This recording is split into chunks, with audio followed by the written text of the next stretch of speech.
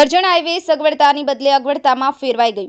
કરજણ ધાવડ ચોકડી પર તંત્ર દ્વારા ટ્રાફિક સમસ્યાને લીધે બે રસ્તા ખોલવામાં આવ્યા, પરંતુ કામ અધૂરું કરતા મુસાફરોમાં હાલાકી। કરજણ નેશનલ હાઈવે નંબર 48 જે કરજણ ધાવડ ચોકડી ઉપર જે બહારથી નાના મોટા વાહનો કરજણ ચોકડીથી પ્રવેશ કરી આસપાસના ગામડાઓ કે અન્ય જગ્યાએ જતા હોય છે। કરજણ ધાવડ ચોકડી પર ટ્રાફિક સમસ્યાના કારણે બ્રિજ નીચેથી બે માર્ગ ખુલ્લા કરવામાં આવ્યા, જેથી વડોદરા તરફના લોડિંગ વાહનો આમોદ તરફ જઈ શકે, જ્યાં બીજા માર્ગ પરથી આમોદ તરફના લોડિંગ વાહનો વડોદરા કે ભરૂચ ડભોઈ ધાવડ તરફ જઈ શકે તેવી તંત્ર દ્વારા સગવડતા કરવામાં આવી, પરંતુ સગવડતા અગવડતામાં ફેરવાઈ હોય તેમ જણાઈ આવે છે। મુસાફરોની સગવડતા માટે ખુલ્લા રસ્તામાં કરવામાં આવ્યા, પરંતુ રસ્તા ઉપર ડામર કે આરસીસીના નાખતા ચોમાસા આ રસ્તામાં કાદવ કીચડવાળા અને ઊંડા ખાડા પડી જતા રાહદારીઓની ભારે હાલાકી ભોગવવી પડે છે। રાહદારીઓ તથા સ્થાનિક લોકો દ્વારા તંત્રને વારંવાર રજૂઆત કરવા છતાં તંત્રનું પેટનું પાણી પણ નથી હલતું અને અઠવાડિયામાં કેટલાય વાહનો ફસાય છે, કેટલાય બાઇક સવારો પડે છે। તંત્રની ઘોર બેદરકારીના કારણે મુસાફરો પીસાય છે, તો આનો જવાબદાર કોણ, ક્યારે કરશે આ રસ્તાઓનું નિરાકરણ તેવી લોકચર્ચા ચાલી રહી છે। બ્યુરો રિપોર્ટ, કરજણ સંદેશ ન્યૂઝ, કરજણ।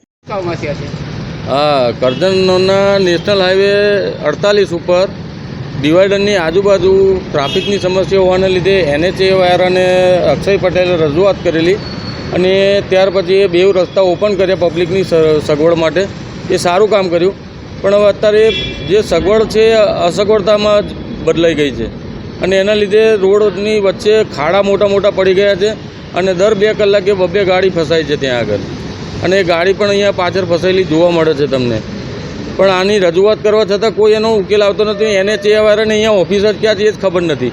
એને ખોલાઈ તો નાખ્યું, પણ અત્યારે એને રિપેર કરવાની જવાબદારીમાંથી એ છટકી રહ્યો છે। એને વારંવાર રજૂઆત કરવા છતાં પણ અક્ષય પટેલ પણ અહીંયા આગળ આવીને જોવાની તસદી નથી લીધી કે કોઈ કાર્યવાહી કંઈ થઈ નથી। આ ગાડીઓ અત્યારે ફસાય છે અને પબ્લિક હેરાન થાય છે। કેટલી ગાડીઓ ફસાતી હશે? રોડની ઓછામાં ઓછી 4 થી 5 ગાડીઓ મોટા ટેલરો ફસાઈ જાય છે। આ તમારે પાછળ છે એ દેખાય જ છે તમને। જો 2 થી 3 બાઇકોવાળા પડે છે।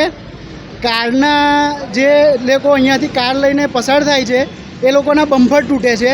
આજે ખાડા પડ્યા છે। NHAમાં ઓનલાઈન કમ્પ્લેન કરવા છતાં પણ NHAએ આની ઉપર કશું ધ્યાન રાખ્યું નથી અને ફોન કરીને એવું કહે છે કે તમારી કમ્પ્લેન ક્લોઝ થઈ ગઈ છે, પરંતુ આ જે રસ્તો ખોલ્યો છે પબ્લિકની સવલત માટે, પણ હજુ એ રસ્તા પ્રોપર રીતે રિપેર કર્યા નથી અને પબ્લિકને અહીંયા પરેશાની થઈ રહી છે। અમારી રજૂઆત એવું છે કે ભાઈ અહીંયા પ્રોપર રિપેરિંગ કરી અને ગાડીઓ ફસાય ના, બાઇકોવાળા પડે ના અને કારના બમ્પર ના તૂટે, એવી રીતે પ્રોપર રોડ બનાવે।